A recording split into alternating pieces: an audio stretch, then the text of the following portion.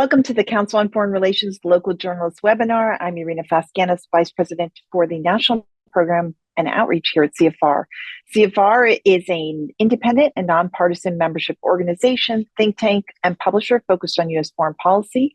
CFR is also the publisher of Foreign Affairs magazine. As always, CFR takes no institutional positions on matters of policy. This webinar is part of CFR's Local Journalists Initiative, created to help you draw connections between the local issues you cover and national and international dynamics. Our programming puts you in touch with CFR resources and expertise on international issues and provides a forum for sharing best practices. We're delighted to have over 90 participants from 35 states and U.S. territories with us today.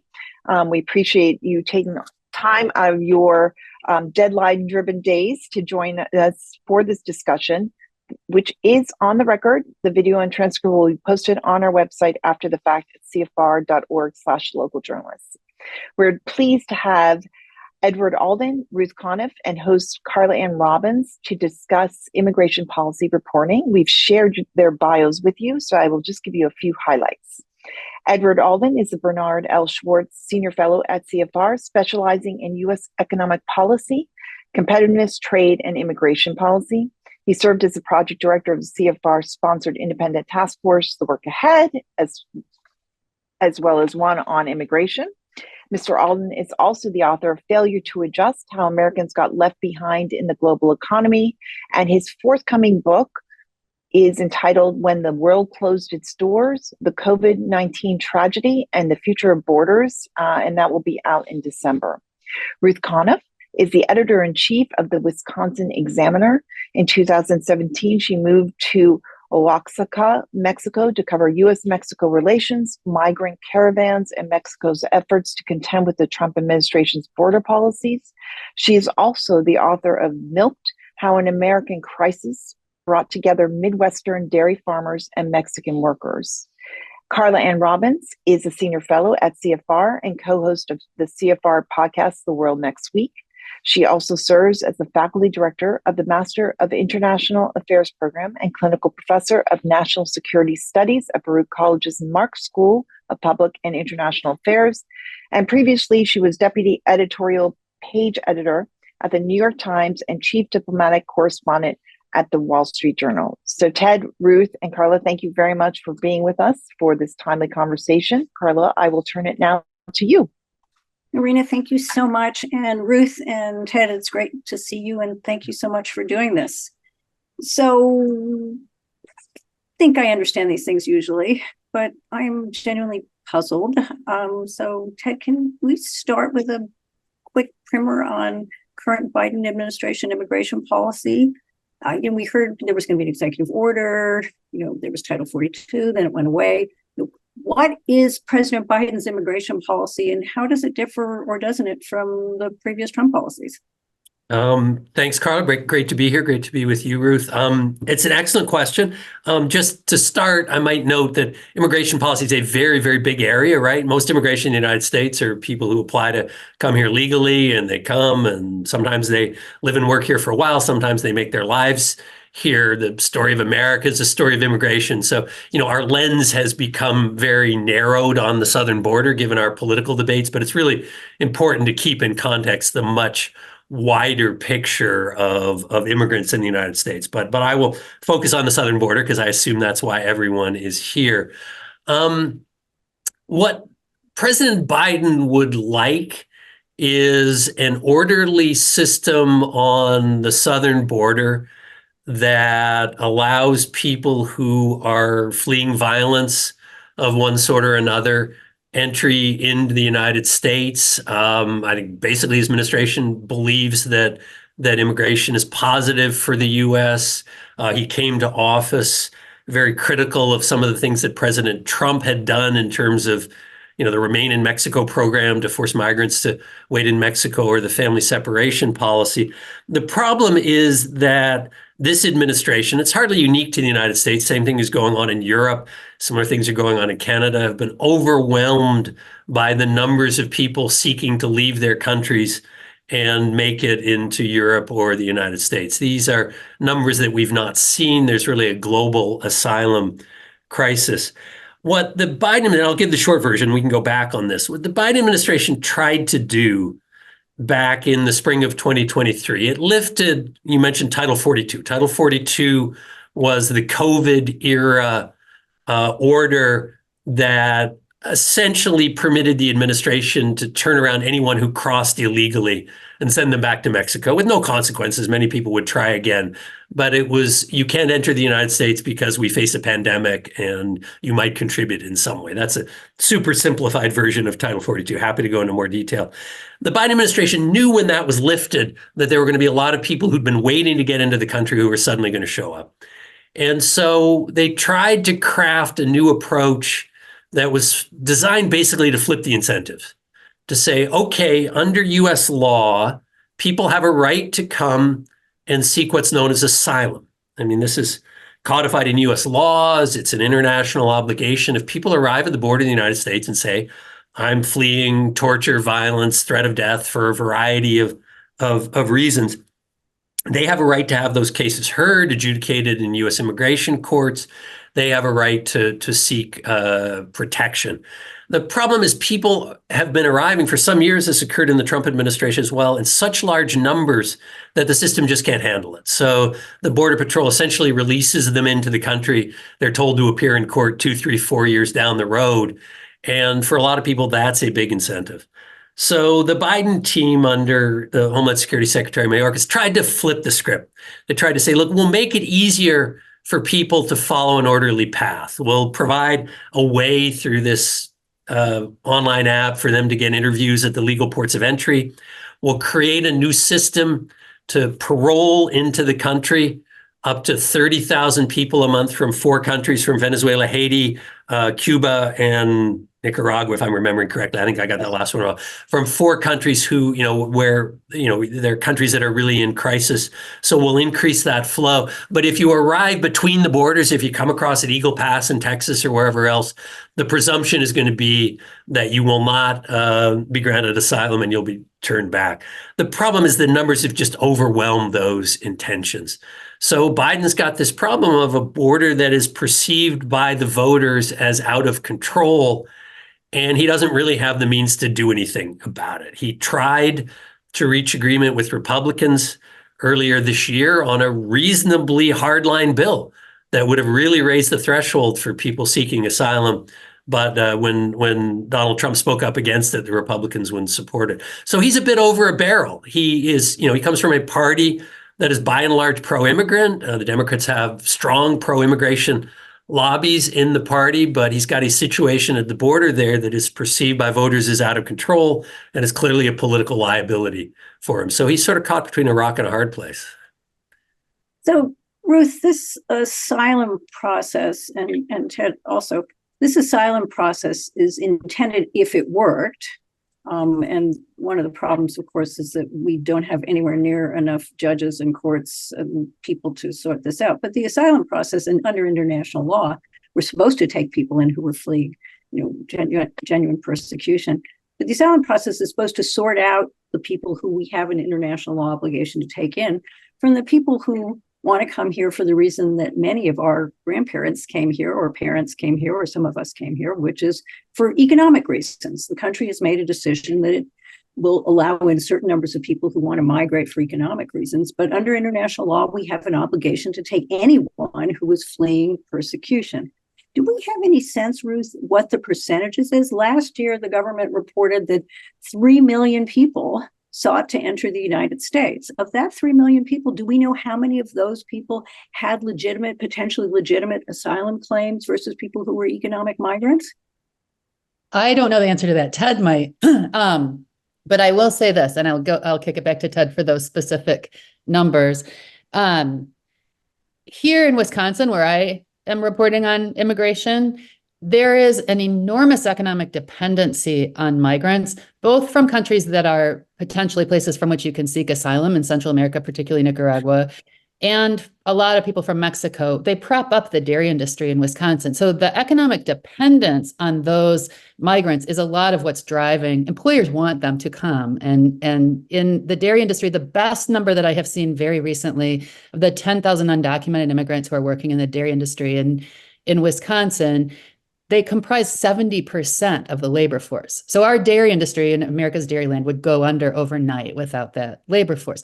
So I feel like this is an important aspect of the conversation when you sort of separate asylum and economic reasons, and there's sort of this sense of, well, those economic reasons are maybe not so legitimate, or people are coming to take advantage of our economy. I feel like one of the really important things that local reporters can do is to get down to the community level, get down to the employer level, and talk to people like the dairy farmers in Wisconsin who are utterly dependent on a workforce that is almost 100% undocumented, because the United States does not have a work visa for year-round farm work. We allow seasonal farm work, and we grant visas for that. But in the dairy industry, where work is, 24/7, 365 days a year, there is no category of visa except for a few technical visas that people are able to apply for sometimes. But basically, if you're milking cows and you're from another country, you're unlikely to be here legally. And yet the industry is utterly, and has been for decades now, utterly dependent on this workforce. So that pull factor from employers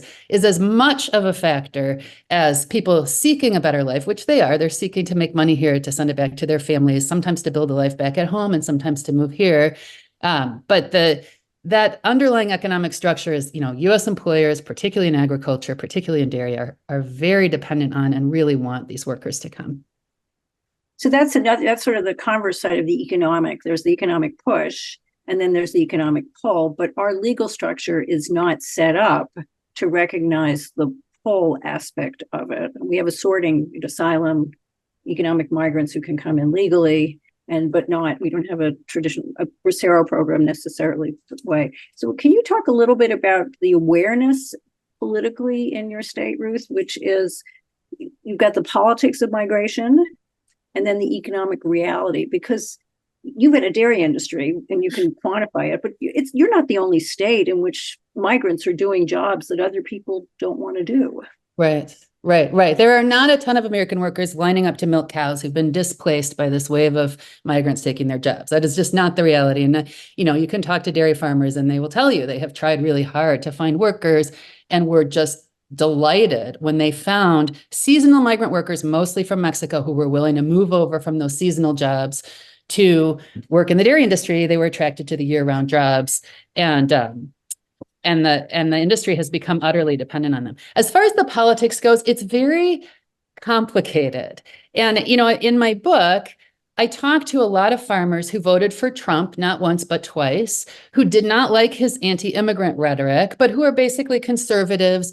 And, his language about the forgotten men and women of America really resonated in rural Wisconsin with a lot of people. They felt sort of culturally represented by him, even though they're heavily dependent on an undocumented workforce. And in fact, interestingly, have found a kind of shared agrarian past with their undocumented workers. And I write about these farmers who take annual trips to Mexico and who have found that, it reminds them of their own youth in the 60s in Wisconsin, when neighbors helped neighbors. And, there was kind of this rural community and this, attachment to small farm life. So that is another pitch that I will make to local reporters, is really getting down below that 30,000 foot level. It's fascinating to talk to people about their politics and what it really means. So the fact that these rural areas of Wisconsin went for Trump, in 2016 and even bigger in 2020, even though Biden won the state, doesn't really mean that their number one issue is fear of immigrants. I mean, for one thing, we're a long way from the southern border. So a lot of the hype about the danger of immigration is a little bit far away here. I think that there's something that's not so much intellectual, some buttons that Trump is pushing. And he did come here on Wisconsin's primary election day and talk a lot about the dangers posed by immigrants and how he's going to, represent native-born Americans in repelling immigrants. And I feel like it was part of a kind of a general pitch that he makes that excites the crowd. But I know from interviewing people in rural Wisconsin that the anti-immigrant aspect of it is not driving them. And in fact, there's this complexity in the dependence that they have on the very undocumented immigrants that he is, talking about so viciously now in his campaign. So that's kind of fascinating to me. I don't know if it's part of the reason that Trump only won 79% of the vote, even though he was the only candidate in the Republican primary here in April. That was there's a 1 in 5 Republican voters in Wisconsin didn't vote for Trump, even though they didn't have another option that was actually, going to move forward to the convention. So I think some of that rhetoric there might be some backlash from that, but it is definitely the national Republican strategy to run against immigrants in 2024. And, you see that in our U.S. Senator Ron Johnson, who went to the little town of Whitewater, Wisconsin, which Trump also mentioned when he was here on our primary day in April, where they claimed, and this is interesting unfolding, Breitbart News, the right-wing website, claimed there was a Can I flood of... stop you? Because I want to tell the entire Whitewater story. So Okay. I want to do an entire segment on this because I have a question about the Whitewater story because it's a fascinating one. And it's not the Whitewater I grew up with, which is the Clinton Whitewater story, but we'll do Right, Whitewater right. in a minute. Okay. So Ted, do you know the number about the economic versus asylum? And if you don't, I don't want to put you on the spot, but it's one I'm Well, not fascinated. economic versus just three quick comments. One, I absolutely want to endorse Ruth's point about the economic pull in all of this, right? The two big periods where we've seen very large numbers of undocumented migrants are the end of the 90s and the current era, when U.S. unemployment is around 4%. And if you look at what happened under COVID, we lost about 2 million immigrants as a result of the closures during COVID. Like if the immigrant population had increased along the pre-COVID trend lines, there would have been about 2 million more working age people in the United States in 2022 than there were. So there's a big hole in the labor market. And this huge surge of people has filled it in. It's not a small part of the explanation for why the US economy is doing so well compared to all of its competitors around the world. Also want to second Ruth's point. There's a lot of great stories out there. One of the first big immigration stories I did when I was working for the Financial Times back in the early 2000s, there was the first debates over immigration reform in the mid 2000s. I went down and visited then House member, later Senator Jeff Flake, who was a Republican, on his family's ranch in Arizona, where they had 10,000 head of cattle. They hired couple of dozen undocumented migrants every year to grow the crops that would feed those cattle in the winter. And he was the one who first sort of explained to me circular migration from Mexico. So there are so many good stories here. The question on asylum approval, there are sort of, if you come and seek asylum, there's 2 hurdles you have to jump. First, you have to persuade the asylum officer, usually at the border there, that you have a credible fear that you will be harmed in a way that's protected. You'll face, torture, persecution, or death on account of your race, religion, belief, or membership in a particular social group. That's a fairly easy threshold to cross. About 70-80% of people who arrive are able to cross that threshold. Once you've done that, then you need to have a proper hearing in front of an immigration judge, which is an arm of the Department of Justice. The approval rate nationwide since 2000 is about 40%. So of those people who pass the credible fear threshold, about 40% are ultimately approved for asylum. The rest are not. Varies enormously depending on the part of the country you're in. But of course, a lot of people who are not approved don't necessarily go home. They just become, we do not have the capacity in this country.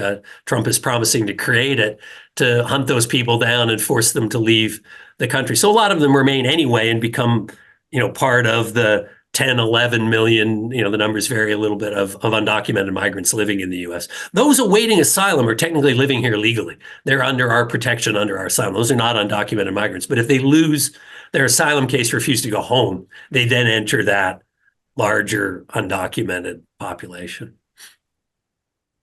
So, I want to come back a little bit to you after we talk about Whitewater, and then to everybody here, you're journalists. I'm sure you have a lot of questions. So I'm just going to do one more round here and then throw it open to you guys. So Ruth, you did some really great reporting debunking the so-called immigration crisis in Whitewater, Wisconsin, after Wisconsin politicians and Breitbart claimed the small town was suffering from a big city immigration crisis and was inundated, and there was crime and all the terrible things that that were supposedly going on everywhere. I live in New York and I haven't noticed it, but okay. So can you tell us quickly about that story, and can you tell us how other reporters who cover these local issues can bring these stories alive if they don't have a Ron Johnson doing them the favor of sensationalizing them? Yeah, I think it was really interesting. That was an example, and I think there will be many more in this election year, examples of a small community that suddenly becomes a national talking point in a political campaign, and the national talking points get further and further away from the reality on the ground. So just contrasting those two things is an obvious assignment for immigration reporters right now. And in Whitewater in particular, what was fascinating is there was a local police chief who had written a letter to the Biden administration asking for help in his community, because they do have a lot of immigrants in the community, and they didn't come in all of a sudden on a bus, as was implied by Breitbart, sent there by Joe Biden. It was actually Greg Abbott, the Republican governor of Texas, who's been sending busloads of migrants to other northern cities. But in this case, there were a group of mostly Nicaraguan migrants who'd come to the area over time. And I went down to Whitewater and talked to local officials about what was actually going on. The police chief who sent that letter, which he never expected to become, this huge flashpoint, really what he was talking about when he talked about the stress on the system there was the fact that Wisconsin in 2007 took away driver's licenses from undocumented immigrants. And so he had this huge surge in unlicensed drivers. And one of the suggestions that he made in a longer interview with a local news outlet was that Wisconsin restore driver's licenses to undocumented immigrants so that he and his staff wouldn't be overburdened with dealing with people driving without a license. A lot of people are working on farms in that area in Whitewater, which is no surprise to me because I've been writing about that for a long time, about the agricultural workers. And it's very likely that it was because of those jobs that people came to that area. But, within the community, there's a lot of volunteerism and a lot of goodwill towards, it's a diverse community. It's a community that has a University of Wisconsin campus, and people, are doing their best to help out. So the level of sort of fear mongering and the idea of crime, which was really conflated with this unlicensed driving issue, all of that disappears when you get closer in on the ground and talk to people about what's really going on. And another issue, which is related to what Ted was talking about in Whitewater, is the fact that people have to wait to be legally employed when they're here seeking asylum, as these Nicaraguan folks were. So they're either not able to work at all, or they're working off the books. But there's been a report recently, actually, that talks about sort of progress in terms of employment and income and tax paying for people who come seeking asylum in the United States by the Immigration Research Initiative, which is there in New York. And, in Whitewater, as in other communities, there is this really rapid rise in income for people who are allowed to work. So the other thing, besides giving people driver's license, the other thing that people are talking about locally in Whitewater is, why can't people get work permits right away? And, these are just sort of sensible reforms that would help alleviate some of the pressure on local officials. And then the other part of the story, which gets a little bit in the weeds in our state, is that Whitewater is a community that was left out of shared revenue between the state and municipalities. There's this kind of reshuffling of revenue. And Whitewater really got the short end of the stick because of all the university property in that community. And so another issue for them was that some of the same politicians who were really beating the drum about these dreadful immigrants and the crisis they were creating have been withholding funds that would help that local community deal with that fairly easily, really. It really isn't the crisis that it was presented as being. So Ted, and we already have a question, so I'm going to turn over the Q&A, but data is so essential, and you are a wizard with data. What data is important for people who are covering this to understand? Where can they find it? Ruth mentioned this report from the Immigration Research Initiative, which is really interesting because it does it state by state, what wages are after the first 2 years versus what wages are after 5 years, as well as the tax contributions, which shows, that people are actually giving back. And it is a state by state breakdown, and we'll push this out to people. But what data do you think is important for people to have who are writing about this topic? And what are the best places for us to go and find it?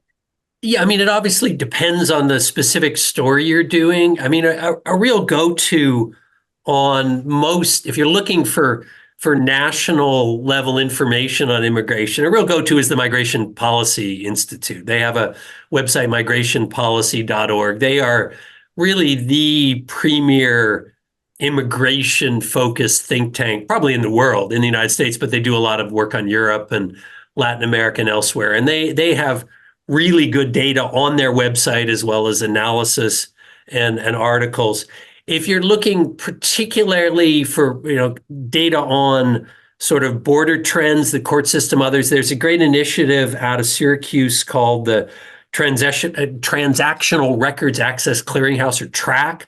And they do a regular series of publications, which are really good on court cases, particularly trends at the border. Department of Homeland Security has really good information on things like border apprehensions. Their website is reasonably up to date. They have what's called an Office of Immigration Statistics that does a very comprehensive annual review and regularly updates a lot of the key data points on migration.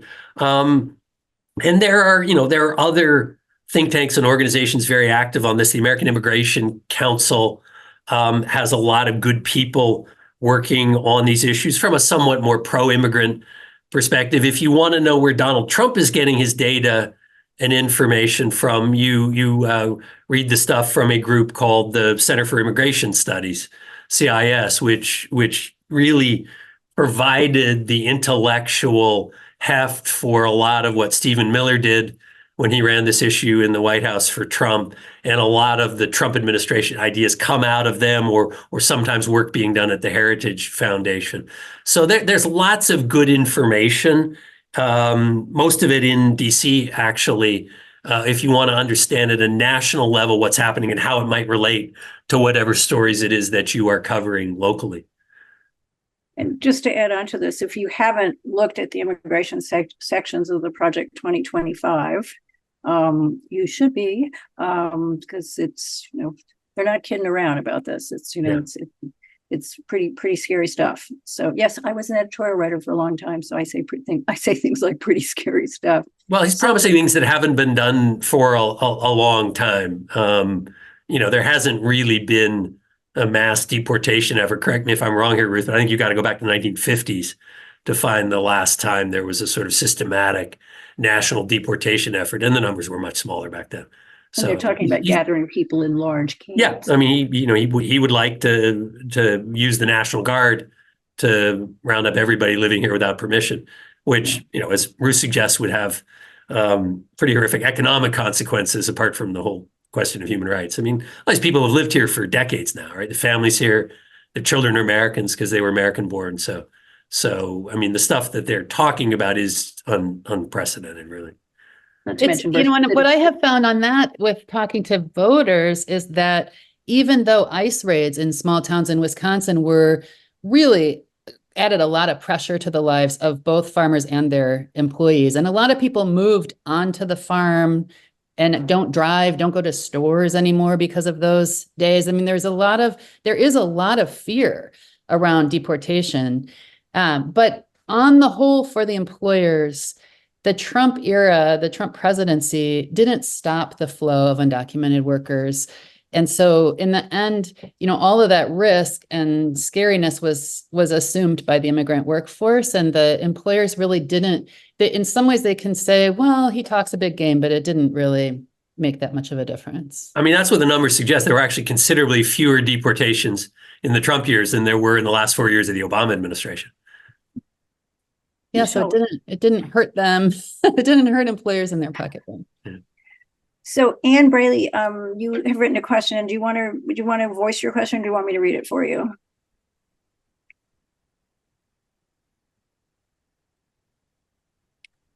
So we have a question from Anne Braley, who is with the Chattanooga Times. I think she's coming on here, Carla. Okay, great.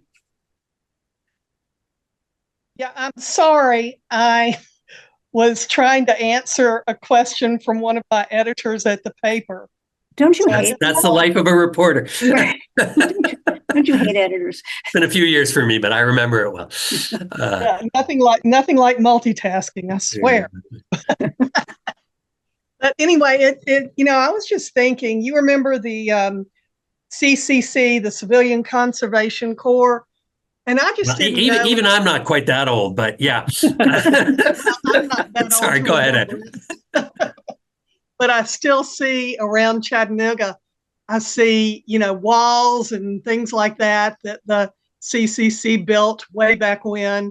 And I just didn't know if possibly someone had considered the same type thing for some of the immigrants so to keep tabs on them, help them, put them to work, just a way to help them on their way to citizenship. What do y'all think? I guess I think go ahead. there's not a problem with employment for immigrants. And so I think this is the part of the conversation that I think is neglected in the very politicized conversation about immigration that we're having as a country right now, is that, as I said earlier, the pull factor, the fact that there is a labor shortage and a lot of manual labor and, really hard jobs like jobs on farms. Employers are seeking this labor. So it might be that a civilian conservation corps type effort would help, politically make people feel that there was something going on official. The other aspect of that maybe would be an improvement over our current situation is that we have a very unregulated, and ProPublica has recently done some very powerful reporting about deaths on dairy farms in Wisconsin and just how completely under the radar this workforce is because they're not documented and there are no OSHA requirements, there are no housing inspection requirements. Many of the things that are required workers' comp when it comes to a migrant workforce that has a temporary visa to follow crops in this country doesn't apply to year-round workers on those dairy farms. And so people are ending up in some very dire situations, one of which, led to the death of a little boy who was living above the milking parlor on a farm with his father and was run over by a heavy skid steer, a piece of equipment used for scraping manure in the farm. There was nobody keeping tabs on them. So I think the idea that, yes, we have this immigrant workforce and there should be some regulation and there should be some safety rules and we should be, helping people is a really good idea. But the idea that there isn't already enough employment for immigrants is simply not true. We just haven't really acknowledged how dependent we are on those immigrant workers, I think. I might just take this question in a slightly different direction. There's a very interesting program that I've been working on with my students here in Washington State. The Biden administration about a year ago launched a program called Welcome Corps, which allows American citizens to sponsor refugees. And the typical path for refugees, and these are people who come from overseas, not people who arrive at the border, is that they're integrated into the communities through taxpayer-supported programs. A lot of them run by the churches. Canada years ago started a new model where private citizens could be family, could be a group of teachers, could be retired people at my tennis club, decide they're going to sponsor a refugee or refugee family and agree to take on some of the expense and effort of integrating them into the community.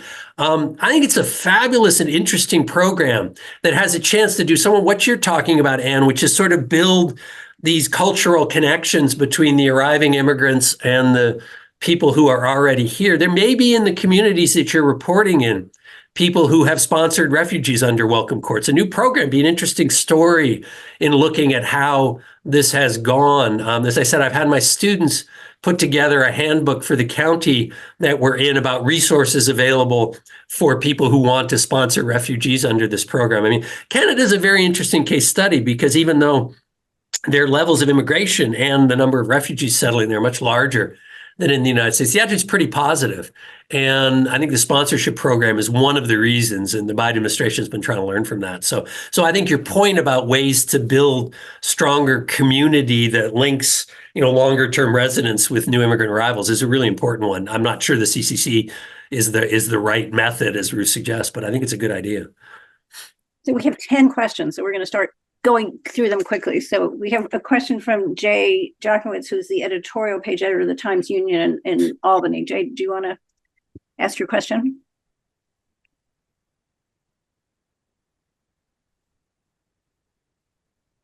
He is muted. Jay, you are muted.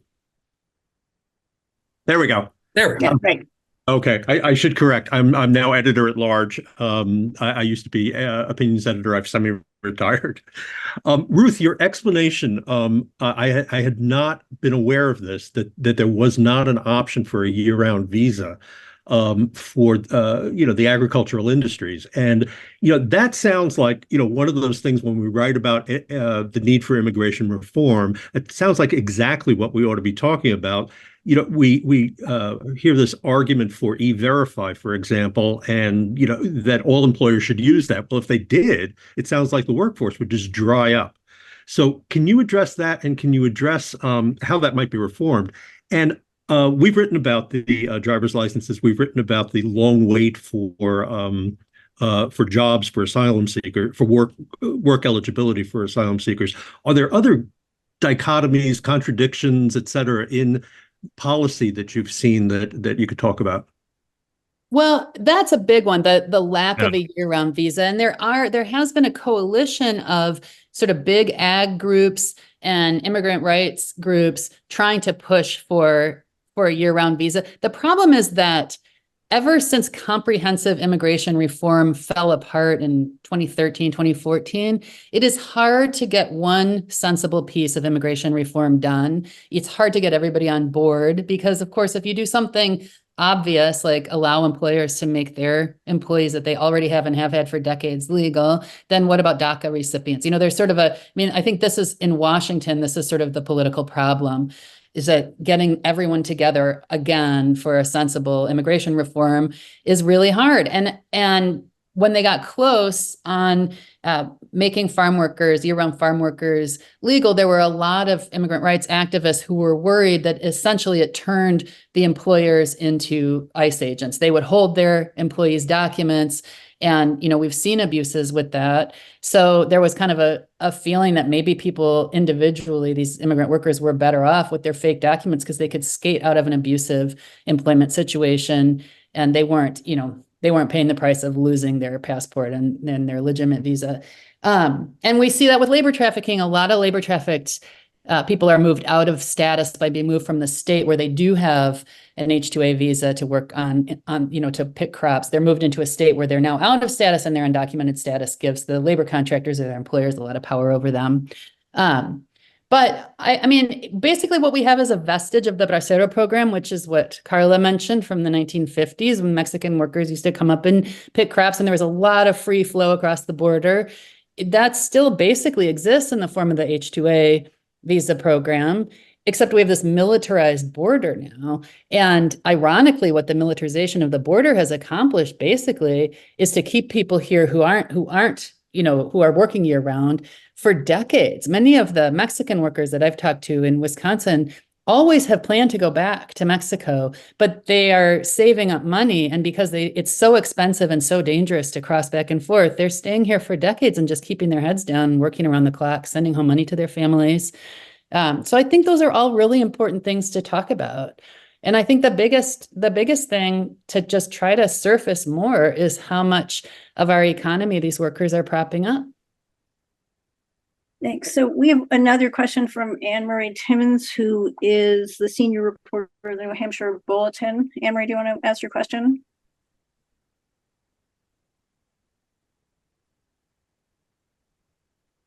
Hi, can you hear me Hi. now? Okay, Yep. Thank you. Our governor, who was a group of 13 and went down to the border to assess what he said was the crisis, has now sent 15 National Guard troops at the state's expense down to help Texas National Guard. And his sole argument is that he says he can track drugs right from the border all the way up to New Hampshire. He has no evidence of this. We can't find any. I'm wondering if you have suggestions on how to, interrogate that. How do we look into that and say, yes, it is true, or no, there's no evidence of this? Ted, do you have any? Yeah, I would suggest that you look at some of the data on drug seizures at the border. I don't have the latest, but I could probably dig up some stuff. The percentage of drugs that are seized at the border is infinitesimal, in the order of 5 or 6% of the drugs that are smuggled across. I am certain it has become much worse with fentanyl, which is small and reasonably easy to smuggle. So the notion that any police or military force on the border is going to reduce the flow of drugs is ridiculous. On top of that, the overwhelming majority of drugs that are smuggled in the United States come through the legal ports of entry. And again, you can get data on that. You do some searches, you'll find it. Most of it's coming through on trucks or in private automobiles or through the proper legal ports of entry. So even if you were able to stop the very small percentage that's coming between the ports of entry, would have no noticeable impact on the flow of drugs into the country. So, I mean, I think you have to call that what it is, which is pure political symbolism. The notion that 15 New Hampshire National Guard agents are going to make any appreciable difference on the drugs flowing across the border from Mexico into your state is patently ridiculous. Yes. Ewan Kerr is the morning editor of Minnesota Public Radio. Ewan, would you like to ask your question?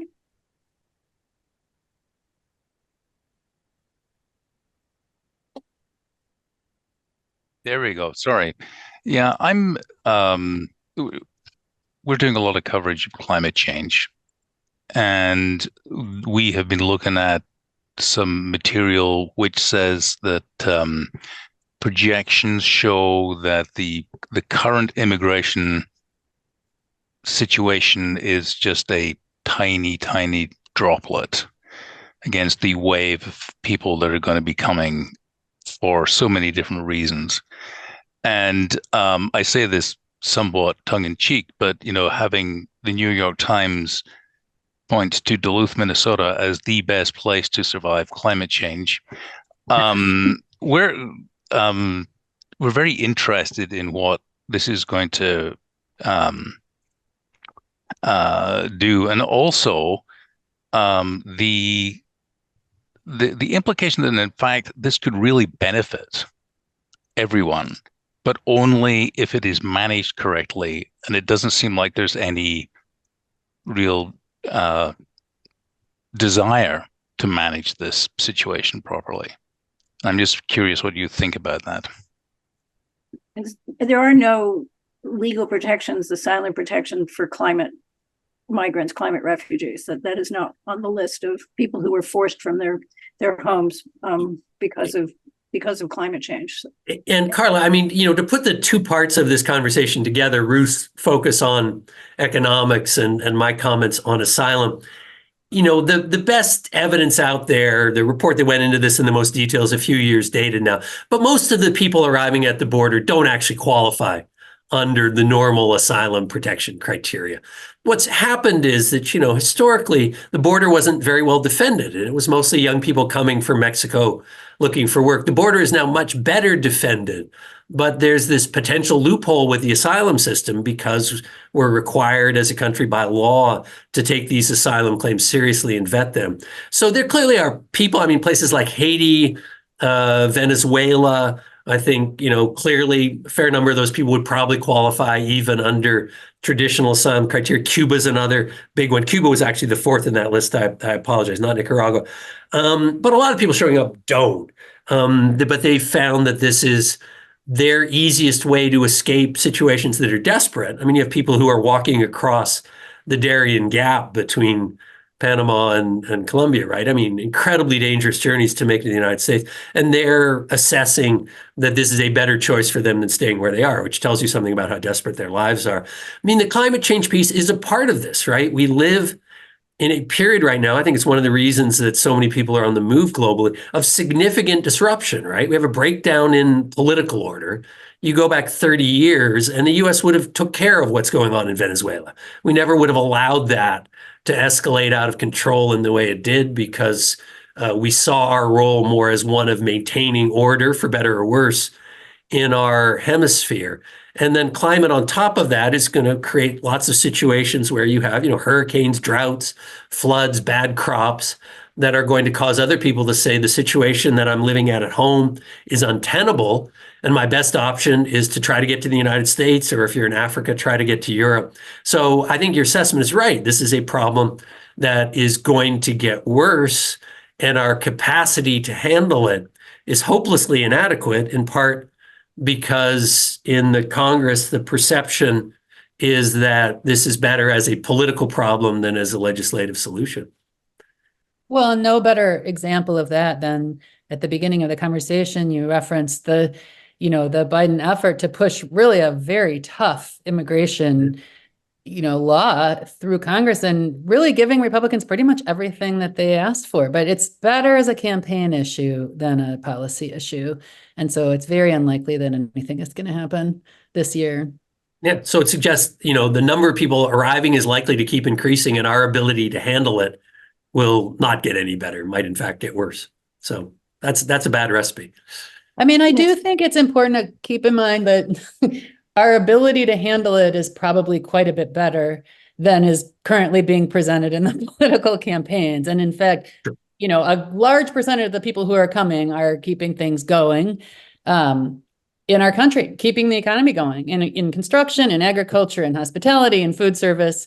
And really important, I think, for local journalists to continue to point that out. And in the face of this very dehumanizing kind of push to talk about immigrants as, a disease and an affliction and, all the other dehumanizing rhetoric that's just escalating this year, to talk to actual people about what their lives are like. And I think it's powerful, because you find people who are working really hard to just try to provide for their families and who are fleeing some pretty awful situations. And of course, in a really big picture way, we would think about what the United States is doing to help stem the flight of people who are fleeing those awful situations, because it's really the only way. I mean, I think in Enrique's Journey, which was just an amazing, amazing book about a little boy who came to find his mom in the United States from an impossible situation, she concludes the book by saying, until we address that impossible situation at home, we're really kidding ourselves just continuing to militarize the border, because people will continue to come and they'll continue to get through.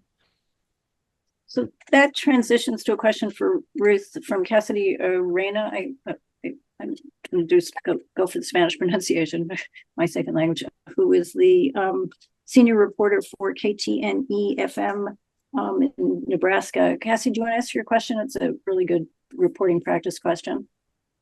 Hi, yes, it's Nebraska Public Media, basically. We went through a name change. Yes, so I regularly report on Latino and immigrants in Nebraska, and Carla, you pronounced it perfectly, my name.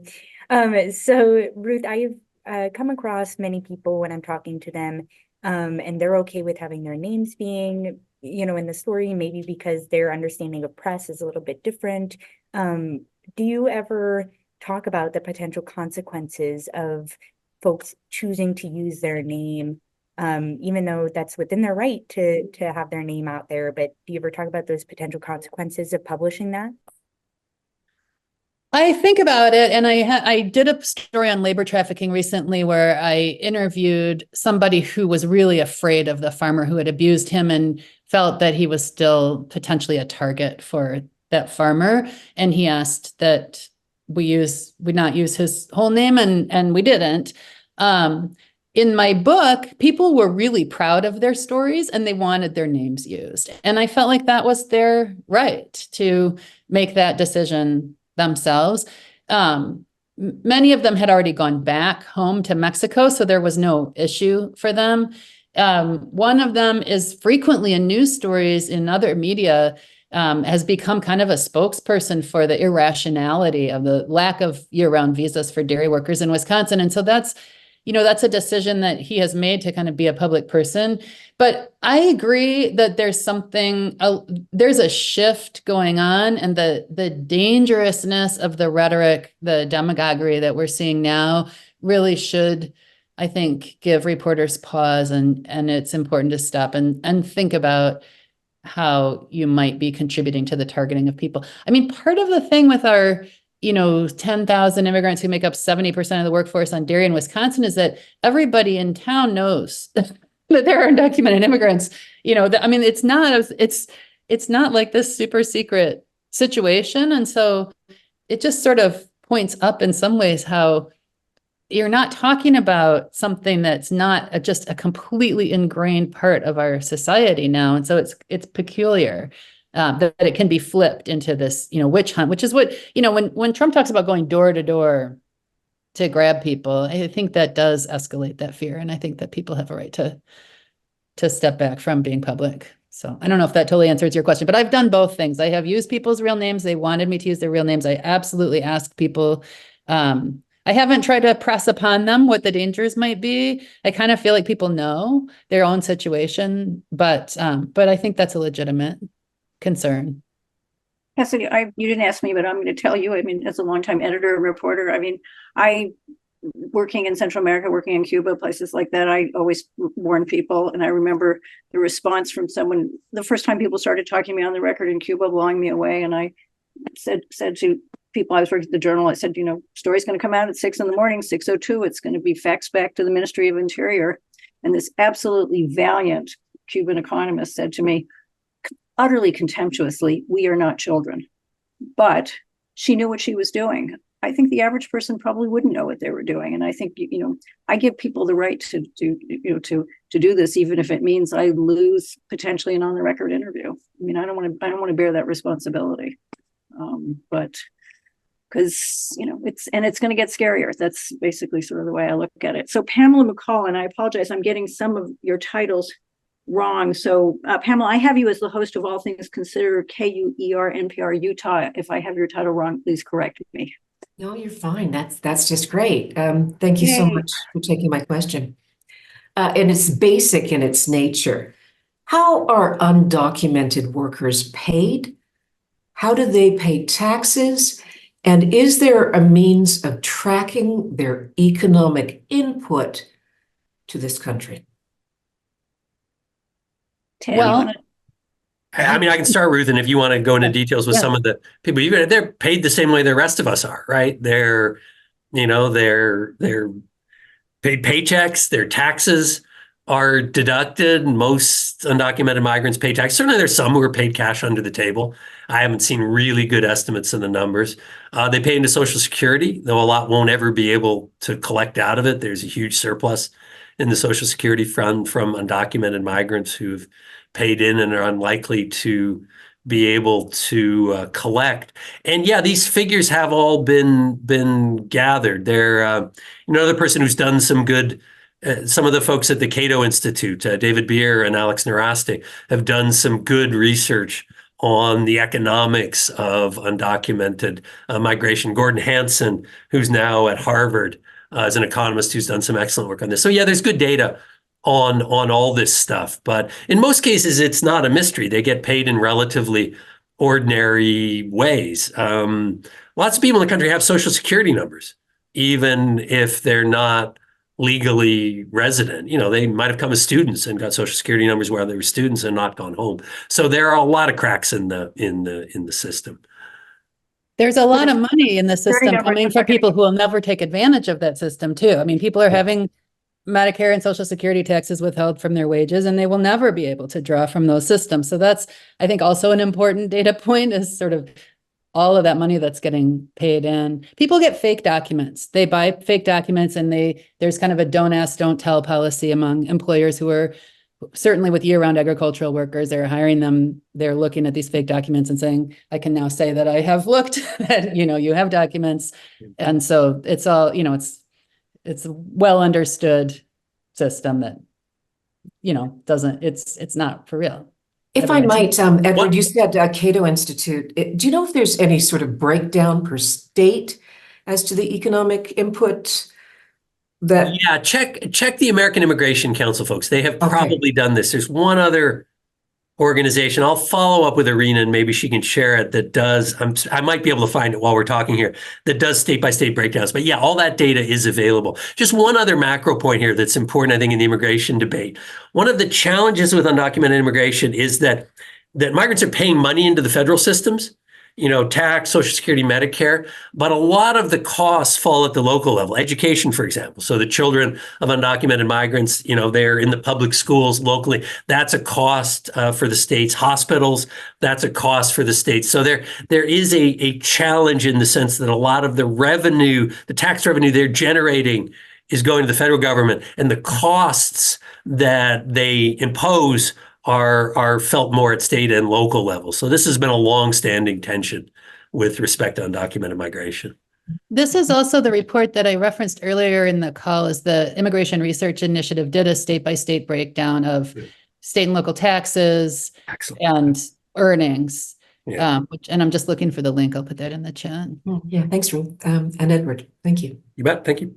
So Adriana Cardona, do you want to ask your question?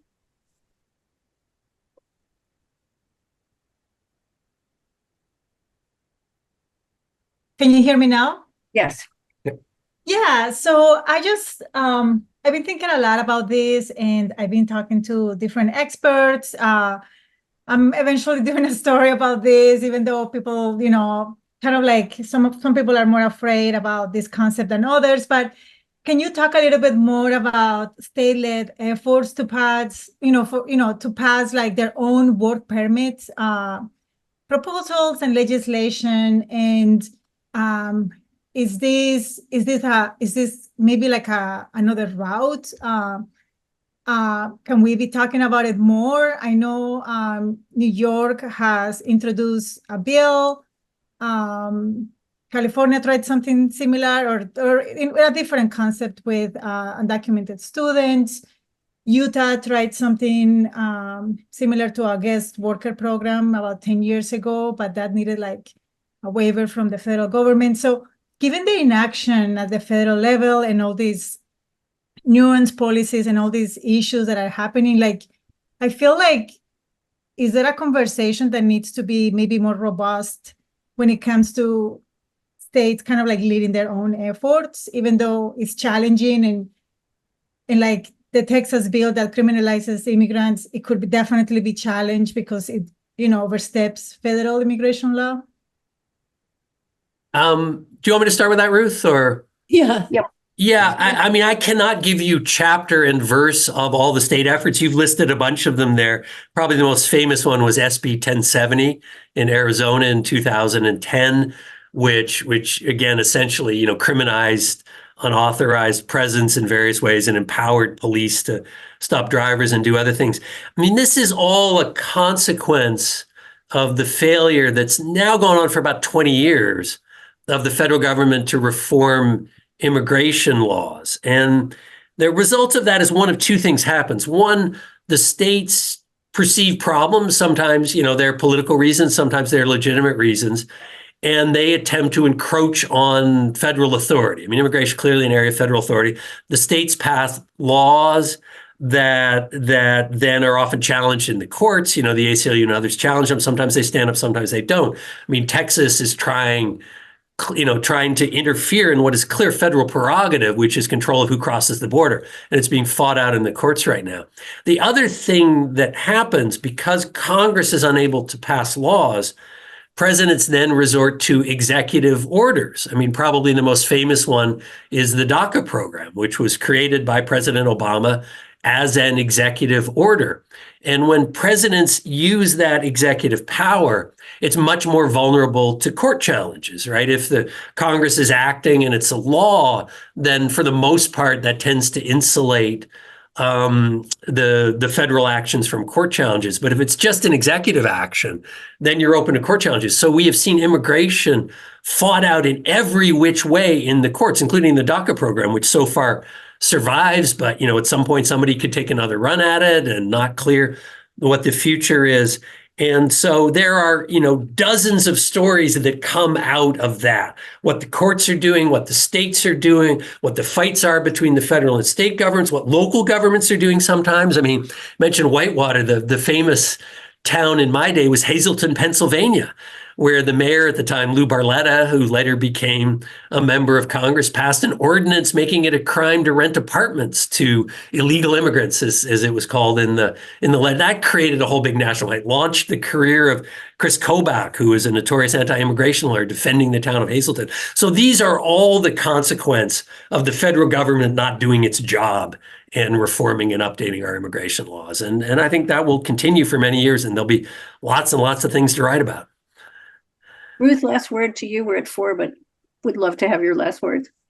Oh, well, Ted just reminded me of a similar situation in Arcadia, Wisconsin, where there was a mayor who made English the official language. And really, it was anti-immigrant. It wasn't about undocumented immigrants or documented immigrants. There are a lot of immigrants in that community who are working at the world's largest furniture manufacturer there. He was run out in a special election. It is a largely Latino town now, and that demographic shift is just happening all over rural Wisconsin. So it's, some of this stuff is a backlash that, is very, it's an ugly, racially driven backlash, and a lot of it is failing on the local level. So that's, that's hopeful.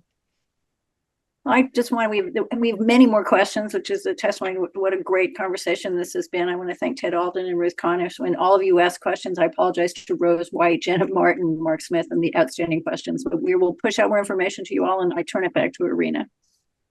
Yes, and I echo that. I also want to just list Ted's other affiliation. He is the Ross Distinguished Visiting Professor for the College of Business and Economics at Western Washington University. So I didn't mention that at the top, and I want to do that at the end. So he has dual roles.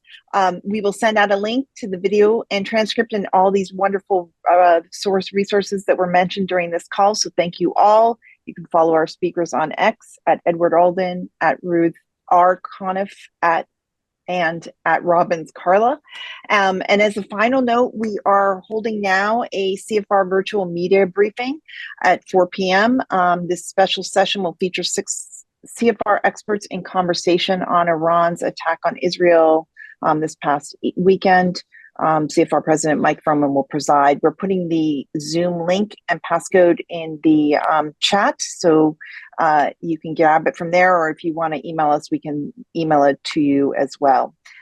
Please reach out with your comments and suggestions. You can email us at localjournalists@cfr.org. Again, thanks to Ted, Ruth, and Carla for this terrific conversation. We appreciate it.